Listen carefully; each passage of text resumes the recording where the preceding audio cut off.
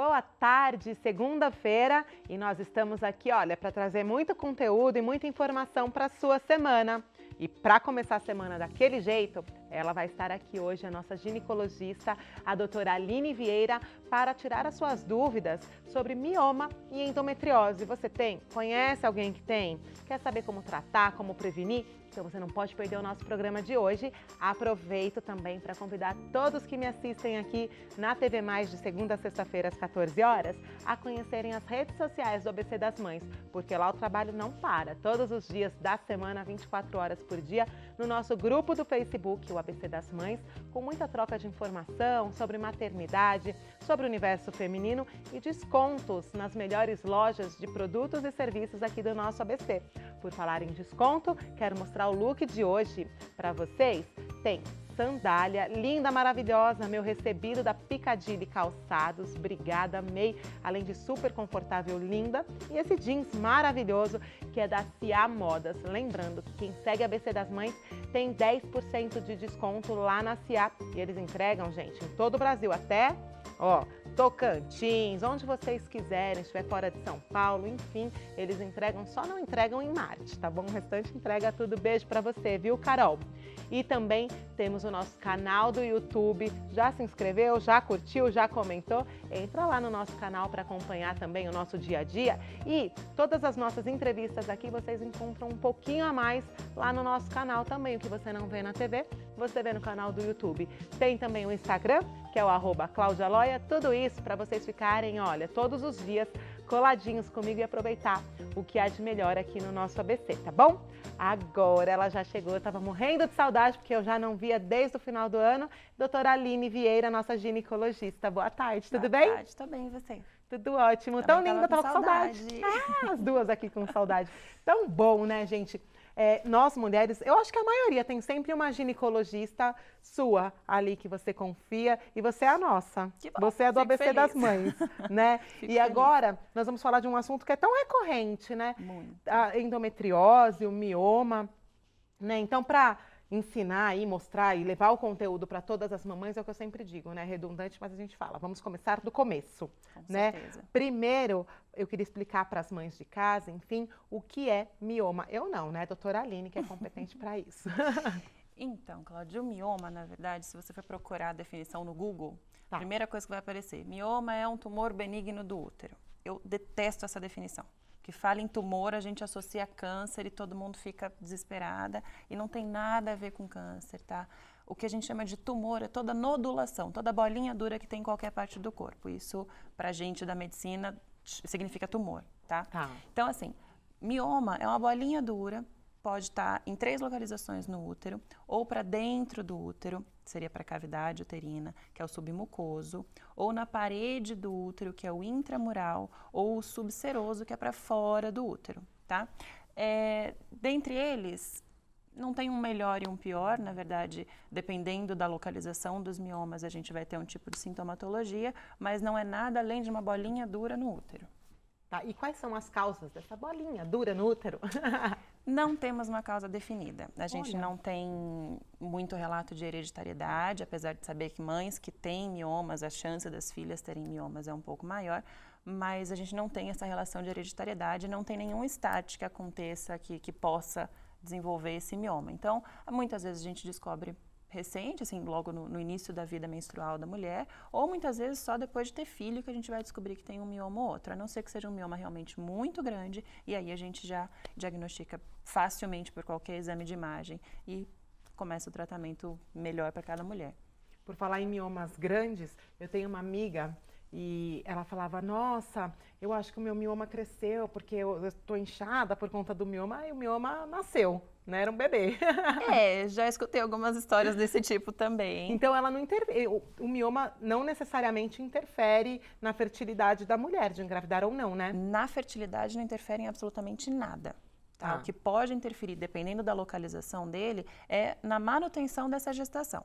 Tá? Por exemplo, se for um mioma para dentro da cavidade do útero, que é o submucoso, ele pode atrapalhar não a fecundação em si, porque ele não impede a ovulação, mas quando vai grudar aquele saquinho gestacional na parede do útero, como ela está deformada aquela bolinha dura para lá, dentro, não deixa colar. Exato, pode atrapalhar na nidação, que a gente fala que é quando Aí, às gruda. vezes, então, se de repente tem abortos de repetição, Exato. de repente pode ser por causa de um mioma. Investigar o mioma.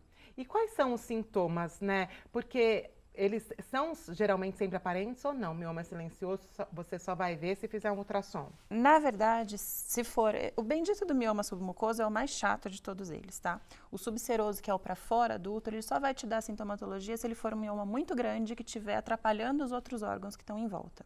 Tá. Os miomas da parede do útero, que são os intramurais, eles podem aumentar a cólica. Então, aquela cólica que, né, vai se aumentando ao longo dos anos e toda menstruação tem cólica, então é legal investigar a parede do útero. E os submucosos, que são os para dentro do útero, costumam aumentar bastante o sangramento. Então, aquelas mulheres que têm hemorragias, que a gente chama de metrorragia, né, durante o período menstrual, a gente tem que investigar um mioma dentro do útero. Então, aumento de cólica e hemorragia. o sangramento, que esse a gente tem que investigar mioma. Ele causa um inchaço maior? Dependendo do tamanho do mioma, pode aumentar um pouquinho o inchaço, sim, porque ele não deixa o útero contrair de uma forma normal e você acaba tendo um pouquinho mais de distensão. Agora, doutora, curiosidade minha aqui. Você já pegou, qual o maior tamanho de mioma que você já viu? Bola de basquete. Você tá brincando? Dentro do útero da pessoa? Aí não tinha como ser dentro ou fora, já estava englobando praticamente todo o útero. Gente, uma bola de basquete é muito 3 grande. 3 quilos, era uma criança praticamente. Nossa, e aí, claro, foi cirúrgico. Foi cirúrgico e a gente não tem como não tirar o útero junto, né? Então, foi o mioma junto com o útero, mas miomas menores, que são localizados, a gente consegue fazer a miomectomia. A gente tira o mioma naquelas mulheres que têm interesse de engravidar ainda, né? A gente tira o mioma e mantém o útero. Nossa, gente, 3 quilos de mioma é muita coisa, Uma né? bola de basquete. Agora, vamos falar em tratamento, então. Tem o tratamento cirúrgico, óbvio. Se você tiver que tirar uma bola de basquete, vamos tirar, né? Por favor. De preferência, para ficar com a barriguinha chapada igual a da Cláudia. Tudo certinho, né? E saudável. Por favor. Agora, e quais são os outros tratamentos? Existem tratamentos... Os hormônios podem influenciar ou não? Influenciam bastante. Geralmente a gente usa o anticoncepcional como tratamento hormonal, né? Já falei aqui algumas vezes, o anticoncepcional não é só para evitar neném. A gente tem a função de alguns tratamentos hormonais que a gente usa o anticoncepcional e funciona muito bem. Para o mioma é esse caso, tá? Então a gente tem como controlar e evitar que esse mioma acabe desenvolvendo um pouquinho através dos anticoncepcionais. Geralmente a gente usa de uso contínuo, pode ser só de progesterona, pode ser o combinado que é junto com estrogênio, aí cada mulher com as suas particularidades a gente tem que ver qual que é a melhor opção. O cirúrgico, que pode ser a miomectomia ou a retirada total do útero, dependendo de prole constituída, quantos filhos, idade da paciente, sintomatologia. Basicamente são essas duas formas da gente controlar. Existem alguns outros tratamentos que não são todos os médicos que fazem, porque dependem de alguns aparelhos específicos, que a gente chama de embolização do mioma. Já se usou muito, hoje se usa muito menos pelo controle com a parte anticoncepcional, né, com os hormônios, e pela cirurgia. Hoje em dia a cirurgia da miomectomia funciona muito bem para miomas pequenos. Agora, por exemplo, se a pessoa operou um mioma, né, ele pode, por ser um tumor, né, que você não gosta muito desse termo, mas sei lá, quando a gente fala em tumor, ele pode voltar. Ele pode voltar, aí por isso que em alguns casos tira o útero todo, que aí já não volta? É por isso que eu não gosto da palavra tumor. Não vai e volta, não é assim. ioiô.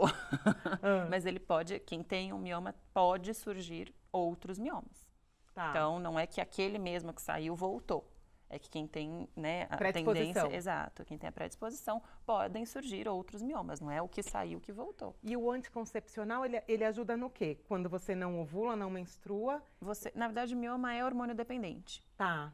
Por isso que na menopausa, ele tende a regredir. Entendi. Entendeu? As mulheres que estão ali perimenopausa, que tem um mioma que não é muito grande, que não está dando muita sintomatologia, a gente orienta a entrar na menopausa, porque na menopausa a gente tem uma mudança grande hormonal e a tendência dos miomas é regredir um pouquinho. Então, se você suspende a ovulação com o remédio, ele tende a diminuir. Exato. Mas ele não vai sumir, ou ele pode sumir? Nunca. Sumir não tem nada que dissolva mioma. A gente consegue manter ele no tamanho natural dele, ou depois da menopausa até ele diminuir um pouquinho. Mas sumir, dissolver, não tem medicação que faça. Então, sumir nunca ele vai sumir, não. só se for na cirurgia. Você nasce com mioma, você morre com mioma, você não morre de mioma. Tá. Bom, menos mal, né? Com Agora, certeza. na gravidez, então, ele não interfere, ele pode interferir para você levar essa gravidez adiante, né? Nas Isso, tentantes. Na isso. gravidez em Para si, pegar uma gestação, não. Né? Para manter uma gestação, talvez. Ele não interfere no processo de ovulação, nem no processo de fecundação, mas sim no processo de nidação. Pode desenvolver um trabalho de parto prematuro, pode desenvolver uma ruptura de bolsa prematura, pode ter atonia uterina pós-parto. Então, é sempre bom a gente saber uma mulher que tem mioma para a gente acompanhar a gravidez um pouquinho mais de perto e o parto também. agora, doutora Aline, se a mulher tem lá o mioma, aí, de repente, ou optou por uma cesárea, ela pode, na cesárea, ter o bebê e tirar o mioma, não? Não. Não, porque durante o parto, né, na verdade, durante a gestação, o útero, ele está distendido, ele não está na sua forma natural. Então, a gente não mexe no útero até ele voltar na sua forma normal, para então a gente pensar em fazer uma cirurgia. Então não dá para já Não dá pra aproveitar ser ali tudo que está numa... aberto. Então o ideal é você se tratar antes, ou se Exato. tratar depois, ou sempre acompanhar, para não ter nenhum tipo de problema, nenhum risco maior, né? Exato. Falando em risco maior, você já disse que você não morre de mioma, né? Mas uma possível complicação, se você não cuidar? As hemorragias são complicações muito importantes, que as mulheres acabam até tendo anemia. Já vi muita mulher que precisou até de transfusão sanguínea em função de sangramento aumentado por mioma. Isso, pra gente, no cotidiano, é o mais grave. Em casos raríssimos, esses miomas podem calcificar e podem gerar algum tipo de... Aí sim, gerar um câncer, mas assim, são raros, são casos extremamente raros. A gente realmente não é essa a nossa preocupação. Tá? Mantendo o controle periódico, mesmo pós-menopausa, fazendo os exames de imagem, a gente fica bem tranquilo em relação a isso. O ideal, gente, é aquilo que a gente sempre fala, né? Visita anual, um check-up aí com o seu ginecologista todos os anos, 2 vezes por ano em alguns casos, né? E mudou o padrão natural, alguma coisa está diferente, menstruação está mais alterada, mesmo que não tenha dado o período de 1 ano, né, da tua última consulta, vai verificar se não mudou alguma coisa. Tem que sempre ficar de olho. Ó, gente, agora a gente vai ficando por aqui. Na volta, depois do intervalo, nós vamos falar sobre endometriose. Então, se você tem dúvidas e quer saber mais, fica com a gente, porque 2 minutinhos eu volto.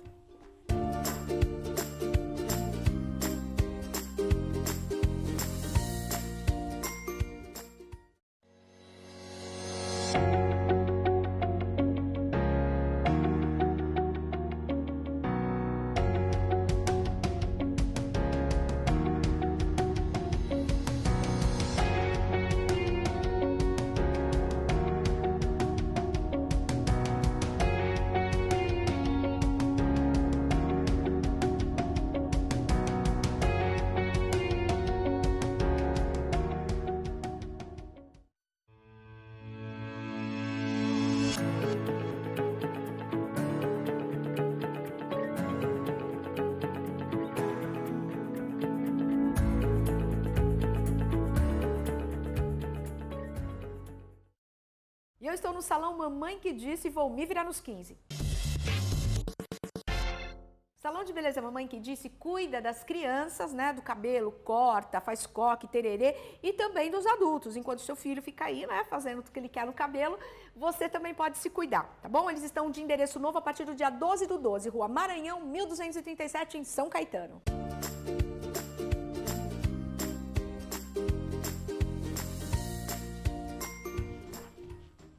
Voltamos, e então no primeiro bloco nós falamos sobre mioma e a nossa ginecologista, a doutora Aline Vieira, tirou todas as nossas dúvidas. Agora nós vamos falar sobre endometriose com a doutora.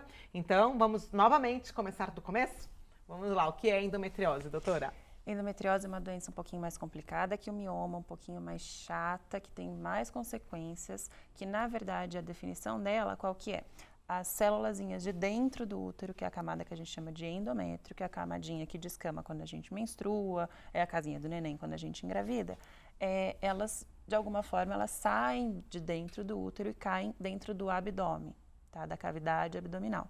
Então, ela pode se implantar na parede de fora do útero, nas trompas, no ovário, no intestino, no peritônio, em qualquer parte de dentro da barriga de fora do útero, tá? O problema dela, o que acontece por essas células estarem fora do lugar? Toda vez que a gente menstrua, tem o sangramento externo, né, do endométrio que descama e vai para a vagina, e tem o sangramento interno, tá? Aquelas célulazinhas espalhadas dentro do abdômen, elas acabam sangrando para dentro da barriga da mulher. E isso, o sangue dentro da barriga é muito irritativo, por isso as mulheres geralmente têm cólicas muito intensas e ao longo do tempo esse sanguinho, claro que a gente não está falando de gotas, a gente está falando de microgotas, mas esse acúmulo dessas microgotas ao longo do tempo faz com que os órgãos comecem a se grudar também. Então, sangue dentro da cavidade abdominal não é bacana e é por isso que ela é tão trabalhosa e tão dolorida. Você sabe que eu tive uma prima, tenho uma prima, beijo pra ela, Vivi, que ela teve endometriose e uma das complicações na cirurgia era a aderência ao intestino. Exato. E deu uma complicação lá que rasgou, deu uma infecção generalizada. Ela é um milagre de Deus, assim, nas nossas vidas, porque ela conseguiu sair dessa infecção generalizada aí. Tá bem, tá maravilhosa, linda, mas foi muito sério. Sim. Então, esse é o grande risco, né? Sim, sim. Então, a causa ela aparece por conta do volume.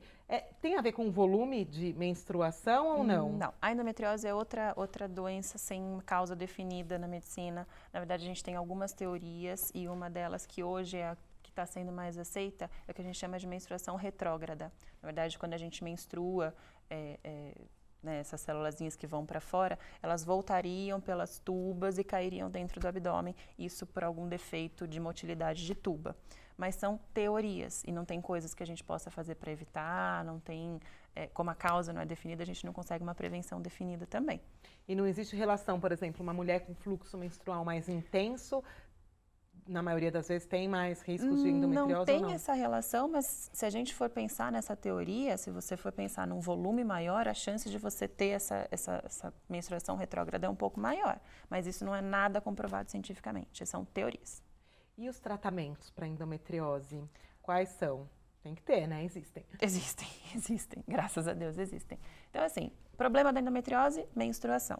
Então, uma mulher que não está preocupada, por enquanto, em engravidar e que tem focos endometrióticos pequenos, isso a gente consegue ver através de, principalmente hoje, a ressonância nuclear magnética, a gente consegue bloquear a menstruação dela com tratamentos hormonais. Então, eu não consigo ver se eu tenho foco num ultrassom comum. Não.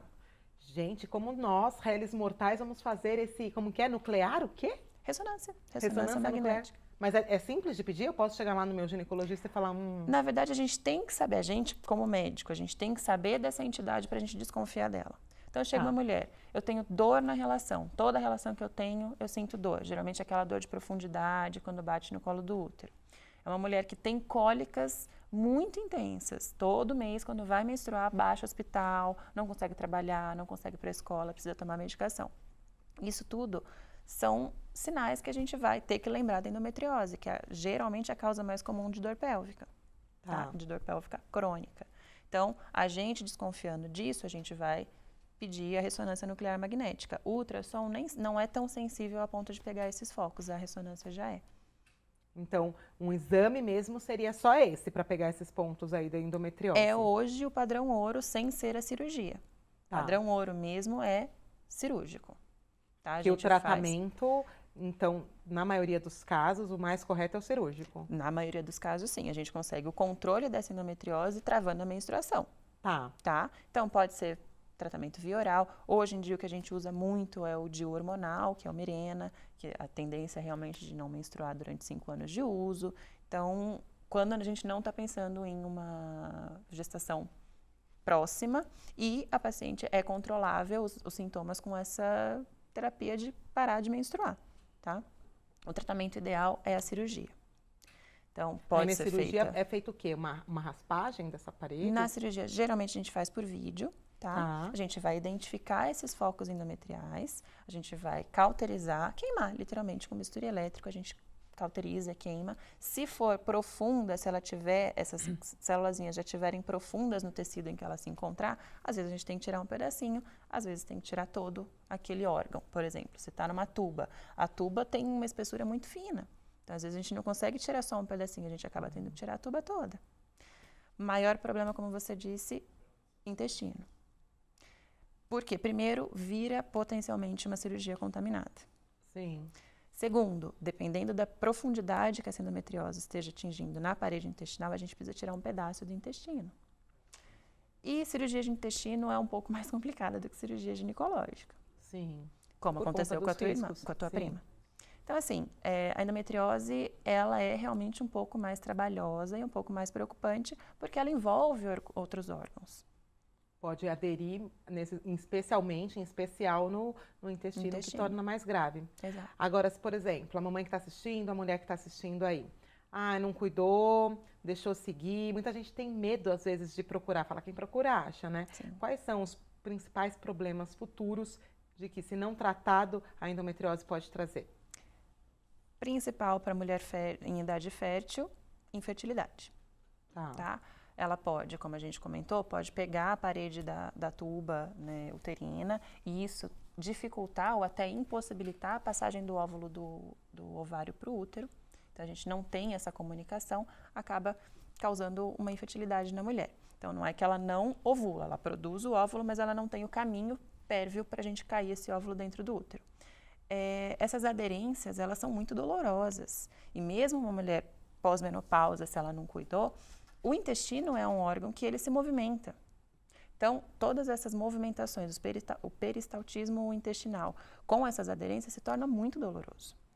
É uma pessoa que vai sempre sentir dor abdominal. É uma pessoa que vai ter uma dor crônica, pélvica, e vai ser muito incômodo.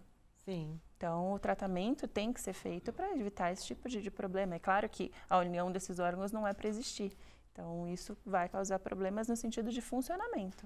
Então, gente, procurem o tratamento, vá ao seu médico de confiança, porque tratamento tem. Existe. Né? A gente falou da seriedade, né, do mioma, da endometriose, mas é simples de ser resolvido de uma forma, assim, né, existe tratamento, existe acompanhamento, né, e é muito importante que se faça. Sim. Agora, doutora, vários programas que a doutora veio aqui, ela falou sobre, eu prestei atenção sobre o uso do Mirena, sobre interromper a menstruação, e em vários programas você apontou os benefícios. Eu sei que isso varia de mulher para mulher e de colega de profissão para colega de profissão. Tem os que defendem a suspensão da menstruação, outros não. Mas ela traz muitos benefícios, né? Eu acho que, pelo que eu li, tá, leiga, Cláudia?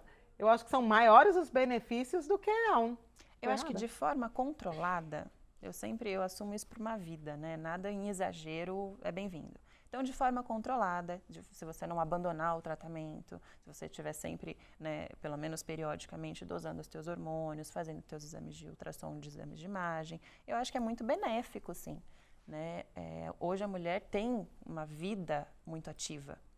É academia, é esporte, é trabalho, é filho, é casa. Então, a menstruação acaba se tornando... atrapalha. Indesejável mesmo, né? E de forma controlada, desde que você não tenha nenhum outro comprometimento que te impeça de usar o tratamento hormonal, eu acho que ela é muito bem-vinda. Que seja indicado para você. Exato. Né? Não vai sair tomando ir na farmácia comprar um remédio de uso contínuo, né? Não pode. Essa é a nossa preocupação. Por isso que eu falo, tem que ser de forma controlada e acompanhada. Mas sendo assim, sem grandes exageros, eu acho que a ausência da menstruação é muito bem-vinda. Nossa, é tão prático, né? Imagina, gente, mãe, eu fico me imaginando, né? Esses dias eu fui num parque de diversões com os meus filhos e eu não tive tempo nem de tomar água, nem de me hidratar, né? Quem dirá se eu tivesse lá com menstruação, trocado... Onde que eu ia deixar os dois no chão do banheiro do parque? Não ia dar, né? Gente, mãe não pode menstruar muito, não. Sério, eu acho que eu não ia conseguir mais, sabia? Eu uso Mirena, né? Pra quem não sabe. Porque, gente, eu acho que eu não ia. Eu sou uma defensora da ausência da menstruação em casos específicos, né? É o que eu falo, não é para todo mundo. Tratamento hormonal não é para todas, mas para quem pode, para quem é adepta.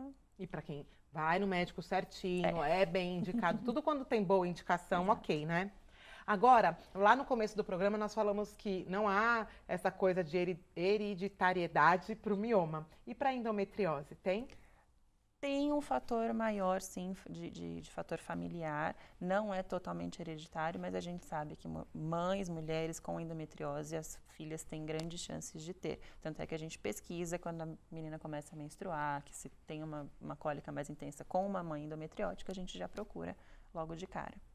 E é interessante, então, se a mãe tem endometriose, então só depois da menstruação ela já começar a checar nesses exames de imagem ou antes mesmo? Não, porque justamente são essas célulazinhas de dentro do útero que menstruam que dão os sintomas. Só com a menstruação? Só com a menstruação. Então, antes de menstruar não precisa. Não. Mas nós já falamos num programa aqui, né? Qual é o primeiro? Eu vou lembrar aqui, porque é sempre bom, né? A gente falou aqui sobre o mioma, sobre a endometriose, mas nós mães, crianças, mães de meninas, minha filha já está com 7 anos, qual a idade ideal para a primeira visita ao ginecologista?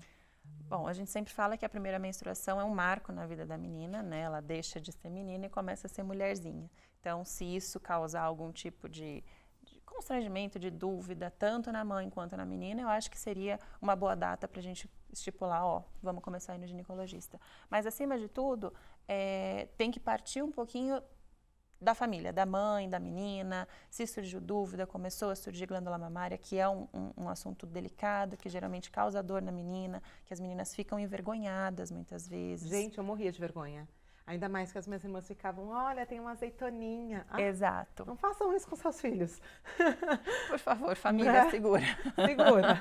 Então, mas se isso causar algum tipo de problema para a menina, pode levar que a gente conversa. O início dos caracteres femininos, né? Pelo, comecinho do peito. Se começa a ter ali um pouquinho de cólica, mesmo sem a menstruação, a gente pode começar a investigar.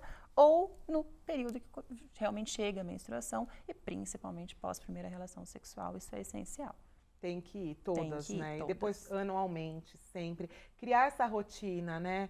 A gente tem que trazer os nossos hábitos para os nossos filhos. Então, nós temos que ir, né? Para que eles, né, lá no futuro, tenham isso como básico, né? Agora, falando em primeira menstruação, eu vi no grupo esses dias uma mãe preocupada, teve uma filha de 8 anos que menstruou. Pode acontecer de 8 aninhos menstruar? Ela estava para fazer 9, mas ainda tinha 8, né, gente? Vamos combinar. Então, assim, 8 anos, gente. Então, puberdade precoce a gente considera antes dos 9. Tá, então foi mega precoce. Então, foi precoce, você falou que estava próximo dos 9 anos. Pode ter sido um pouquinho mais precoce, claro que eu sempre falo, o corpo da gente não é matemático. Então, ele não tem, né, olha, antes dos 9 não pode funcionar. Então, se ela atingiu essa maturidade próximo dos 9 anos, a gente ainda considera normal. Claro que a gente tem que fazer uma investigação endócrina, né? A gente tem que fazer uma dosagem hormonal, a gente tem que investigar alguns outros órgãos para ver se ela não tem nenhuma síndrome endócrina que tenha levado a essa puberdade precoce. Mas geralmente a partir dos 9. Dos 9, a partir dos 9 Mas aí, se a menina menstruou aos 9 aninhos, ela não para de crescer? Não... Tem um pouco desse mito, não é que ela para imediatamente de crescer, é que a velocidade de crescimento diminui bastante.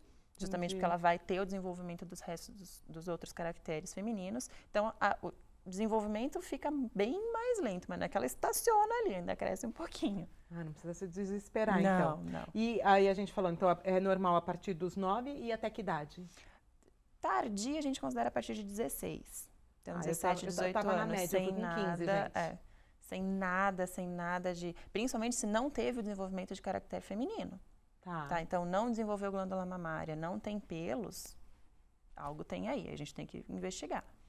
Principalmente, desenvolveu tudo, tem a cólica, mas não vem a menstruação, tem que investigar se ela não tem o ímen perfurado. Ah, porque aí pode bloquear a menstruação. Exato, porque às vezes o ímen, que é o nosso... E aí pode ser perigoso por conta da endometriose, né? Exato. Porque aí aquele sangue fica lá. Exato. Ai, que bom falar com você já entende tudo. Não, já fui ligando as coisas aqui, falei, opa, parou aqui, foi ali, já me leva para o consultório, viu? Muito bom. Olha como a gente tem que ficar ligada, né? Mães de meninas, a gente tem que ficar muito ligada sempre. Agora, só pra gente encerrar, gente, falta um minutinho para encerrar, mas me veio aqui. Não veio a menstruação e tudo, mas é normal a menininha, depois dos 9 anos, de repente começar a ter corrimento? Por causa de variação hormonal. Nosso corrimento, nossa secreção, mesmo que tenha e a secreção são coisas diferentes, lembra? Lembro. Quem não assistiu esse programa, volta e alguns programas aí que a gente explicou tudo. Isso. Nossa secreção vaginal, ela varia de acordo com as nossas dosagens hormonais. Tá. Então, não tendo outros comprometimentos como coceira, cheiro mais forte, cheiro de podre, só a variação de cor e quantidade é normal. Aí é normal, as mamães podem ficar tranquilas. Sim. Vai mudando os hormônios, né? Vai crescendo, 10 aninhos, 11, 12, o corpo começa a se preparar, vem os hormônios, por isso que pode aumentar essa secreção. Exato. Mas, gente, teve dúvida, teve qualquer coisa diferente, né? Porque a Cláudia falou que é normal, a doutora aqui tem que ir no médico. Antena de mãe tem que ser ouvida. Porque a Com gente tem um certeza. sexto sentido ligado ali, então se você acha que tem alguma coisa errada, vai ao médico, né? Com certeza. Ai, amei. Obrigada. também. A gente vem aqui para falar de mioma, endometriose e termina falando de tudo. Adoro, é uma consulta completa. Sim, que é Obrigada mais uma vez, bom. viu, Eu que doutora? agradeço, brigadão. Ó, gente, para quem quiser, tem Instagram, né, doutora? Tem Dicas Instagram. nos stories da doutora. Qual é seu Instagram? É DRA.Aline Vieira, Aline com Y. Aline com Y, um N só, né, doutora? Um N Aline? só, chega, Y já tá bom. Obrigada mais Eu uma que vez por ter agradeço. vindo, viu? Amei. Quero de volta mais vezes. Vai todo mês. Vamos combinar.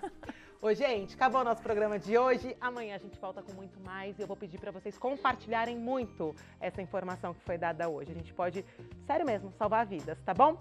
Beijo, fiquem com Deus e até o próximo programa.